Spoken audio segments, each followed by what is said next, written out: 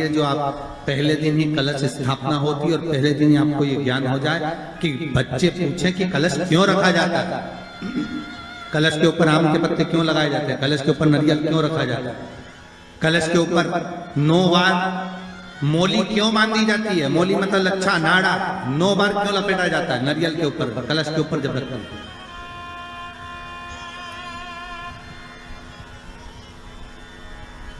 कलश के ऊपर जब जब श्रीफल रखाता है, नारियल रखाता है, तो उस पर 5 बार 7 बार मोली नहीं लपेटी जाएगी, तो 9 ही बार लपेटी जाएगी। 5 या 7 बार लपेटते हैं तो कहते हैं कि लक्ष्मी की छिन्नता होती है, और वो 9 बार लपेटी जाती है तो भरपूर लक्ष्मी का भंडार भरती है।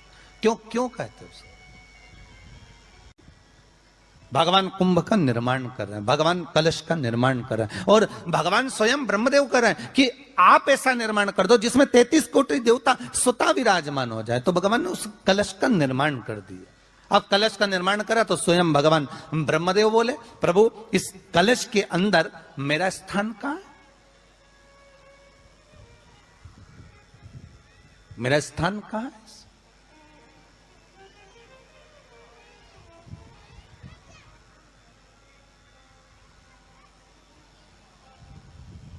बहुत ध्यान देना महाराज, कलश का जो मुख होता है उस मुख पर भगवान विष्णु का स्थान होता है। किसका स्थान है? भगवान विष्णु का। थोड़ा सा नीचे आओगे, जहां से कलश का मुख दबा हुआ होता है वह जगह भगवान स्वयं शिव की होती है। किसकी जगह है? भगवान शंकर की। कलश का अग्रभाग, नीचे का भाग जहां से फैला हुआ होता है वहां ब्रह्मा का आधिपत्य स्थापित होता है।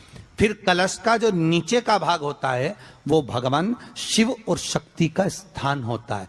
कलश के बाहरी भाग में, जहां पर बाहर का हिस्सा होता है, उस कलश के बाहरी भाग में 33 कोटि देवताओं को भगवान शंकर ने लाकर विराजमान किया होता है। महाराज भगवान शंकर 33 कोटि देवताओं को निमंत्रण देकर उस कलश में विराजमान कर दिया। कितना सुंदर लिखा है देवी भागवत के अंदर कि जहां कलश की स्थापना होती है उस जगह पर किसी देवताओं को बुलाने की जरूरत नहीं होती। 33 कोटि देवता उस जगह पर स्वतः विराजमान हो जाते हैं। स्वयं 33 कोटि देवता स्वयं वहां विराजमान। नवरात्रे एकम से प्रारंभ नहीं होते, अमावस्या की रात्रि से प्रारंभ हो जाते हैं, इसलिए उसको कहते हैं नवरात्रे। क्योंकि नवमी के दिन माता जी का विसर्जन हो जाता है, जवारों का विसर्जन हो जाता है, व्रत करने वाले कन्या पूजन भोजन भंडारा कराकर विराम दे देते हैं। तो नवमी की रात्रि उसमें नहीं जुड़ा पाती, उसमें रात्रि अगर जुड़ती है तो ये अमावस्या की रात्रि से जुड़ना प्रारंभ होता है, तब जाकर वो नवरात्रि पूर्ण हो पाती है। पितृलोक में पितृ जैसे निवास होकर भी इंतजार करते हैं। 4 नवरात्रे हैं तो 4 ही श्राद्ध हैं। आज मौनी अमावस्या है, श्राद्ध का विराम हो जाता है और कथा अर्थात नवरात्रे प्रारंभ हो जाते हैं दूसरे दिन। तो यहाँ शास्त्र कह रहा है जैसे हमें प्रतीक्षा रहती है कोई अच्छे कार्य की, कि घर में कोई शुभ कार्य हो, घर में कोई अच्छा आयोजन हो तो अपने को आनंद होगा, प्रसन्नता होगी।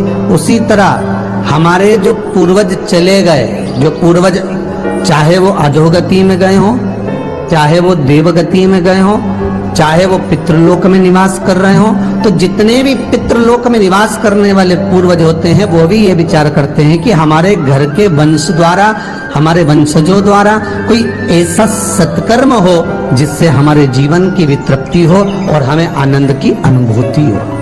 और ध्यान दीजिएगा महाराज, आपको चैत्री नवरात्रि का स्मरण होगा, आपको शरदी नवरात्रि का स्मरण होगा, पर जो आषाढ़ में और माघ में जो नवरात्रे पढ़ते हैं इसका एक आनंद ही दूसरा रहता है। बस इतना जरूर होता है कि दुनिया के लोग वो जो 2 नवरात्रे होते हैं उसमें कलश की स्थापना भी करते हैं, देवी का पूजन भी करते हैं, अर्चना भी करते हैं, मंदिरों में भीड़ भी रहती है और खूब प्रेम से माता का जगराता वगैरह सब होता है। पर ये जो नवरात्रे हैं 2 गुप्त नवरात्रे, इनका लोगों को स्मरण नहीं था। वो तो धीरे धीरे ये टीवी चैनल के माध्यम से कथाकारों ने, वक्ताओं ने स्मरण कराना जब चालू करा, धीरे धीरे बताना, मार्गदर्शन करना जब चालू करा, तब लोगों को ज्ञात होता गया कि कोई गुप्त नवरात्रा भी होता है, उसमें भी देवी की आराधना होती है। ये चारों नवरात्रे अलग अलग अवस्था के हैं, अलग अलग सुख के हैं और अलग अलग आनंद के।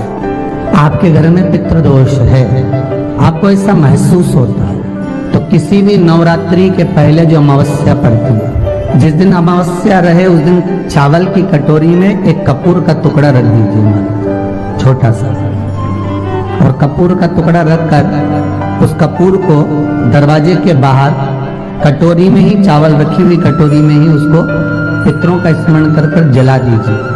और जलाने के बाद उस चावल को कहीं भी किसी भी वृक्ष की छांव में पक्षियों के लिए डाल दीजिए। शिव महापुराण की कथा कहती है, अगर मान लो पितृ आपको कष्ट दे रहे हैं, पितृ आपको तकलीफ दे रहे हैं, कोई काम नहीं होने दे रहे हैं, या कहीं आपको ऐसा लगता है कि पितरों का दोष है, तो वो पितृ दोष देवी, अब ये जो आप करेंगे ये कब कर रहे हैं? अमावस्या के दिन आप उसको रख रहे हैं, अमावस्या के दिन उसको रखकर रात भर आपने रखा कपूर के साथ में, सुबह एकम पड़ गई, नवरात्रि लग गई, उसी दिन उसको जलाकर आपने पटक दिया। अर्थात उससे देवी और पितृ इन दोनों का आशीर्वाद जो प्राप्त होता है, तो घर में से पितृदोष समाप्त होकर लक्ष्मी की वृद्धि प्रारंभ हो जाती है, कार्य में सिद्धता आ जाती है।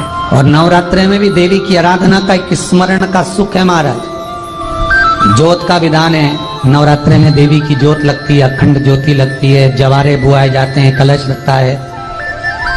ज्योत का भी विधान है, जिसके यहाँ दिया अखंड जलाया जाता है, अगर वो दिए की लो, दिए की बाती अगर दक्षिण दिशा की होती है, तो उसके घर में साल भर में एक घात जरूर होती है। जो दिया अखंड जलता है उसकी बाती का मुख दक्षिण का नहीं होना चाहिए।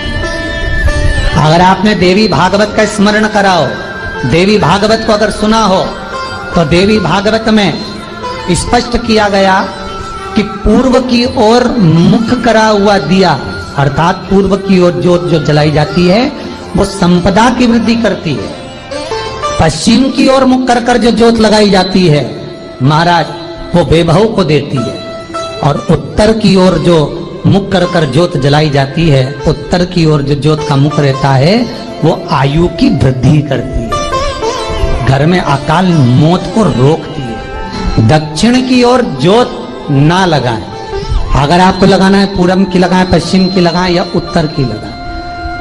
और जितने दिन महारानी जगदम्बा जगतधात्री दुर्गा भवानी चैत्र नवरात्रि में, शरदीय नवरात्रि में, आषाढ़ी नवरात्रि में, आदिकादिक पौष नवरात्रि में हम जगत जननी जगदम्बा की जब स्थापना करते हैं, या हम नूतन घर का प्रवेश करते हैं, या गणेश जी की स्थापना करते हैं, या कोई दुकान को प्रवेश करते हैं, या कोई शुभ कार्य करने के लिए अग्रण्य होते हैं, तो हम कलश की स्थापना क्यों करते? कलश के अंदर आखिर ऐसा क्या विराजमान है कि 33 कोटि देवता उस कलश के अंदर आकर बैठ जाते हैं? आप कोई यज्ञ करने जा रहे हो, आप कोई पोथी पुराण करने जा रहे हो, आप कोई अच्छा कार्य करने जा रहे हो, तो ब्राह्मण देवता कह देते कलश की स्थापना होगी, कलश की शोभा यात्रा निकलेगी, कलश यात्रा निकलेगी, कलश विराजमान होगा। उस कुंभ की, उस घड़े की महत्वता कहां से प्रकट हो गई? शिव महापुराण की कथा कहती है महाराज, भगवान ओघड़दानी शंकर स्वयं आद्य शक्ति जगदम्बा से कहते हैं कि जगदम्बा तू क्या चाहती है बोल। तो जगत जननी जगदम्बा कहती है कि जहां मैं हूं वहां शंकर है, ये आपने कह दिया, पर जहां शंकर है वहां पार्वती का होना जरूरी है। उसके लिए सिद्ध करने के लिए एक स्थान ऐसा बनाया जाए जहां पर शंकर विराजमान है और शंकर के साथ पार्वती विराजमान है। तो शिव जी ने कहा, पार्वती उसके लिए मैं तुझे एक सुंदर कलश का निर्माण कर कर देता हूं। अष्टमी के दिन कन्याओं का भोजन कराओ या नवमी के दिन कन्याओं का भोजन कराओ, पर देवी भागवत तो कहती है देवी भागवत वर्णन करती है कि पहले नवरात्रे से लेकर नौमी तिथि तक जितने दिन देवी के होते हैं, प्रत्येक दिन में आप किसी भी दिन कन्याओं का भोजन करा सकते हो, पहली रात्रि से लेकर, पहला दिन से लेकर। पर 9वें दिन तो सवेरे पूजन करके, यज्ञ करके, अनुष्ठान करके देवी को विसर्जन कर दिया। फिर नवरात्रि पूर्ण कैसे हुई? नवरात्रि की पूर्णता होती है अमावस्या की रात से गिनी जाती है। कौन से दिन से गिनते हैं? अमावस्या की रात्रि, फिर एकम की रात्रि, फिर दूज की रात्रि, ऐसे गिनते गिनते अष्टमी की रात्रि तक और नौमी के दिन सुबह तक या दोपहर तक या शाम तक, जब तक आप यज्ञ ना करें तब तक ये 9 रात्रियां पूर्ण गिनी जाती है महाराज देवी भागवत के हिसाब से पूर्णता। अब हमने कन्या भोजन का जो क्रम बनाया, अष्टमी के दिन करा देंगे, नौमी के दिन करा देंगे, इस तिथि को करा देंगे, पर भाव देखिए, शास्त्र कहता है भूखे को भोजन जब कराइए जब उसको भूख लगी हो, और ऐसों को कराइए जिसको जरूरत पड़ रही है।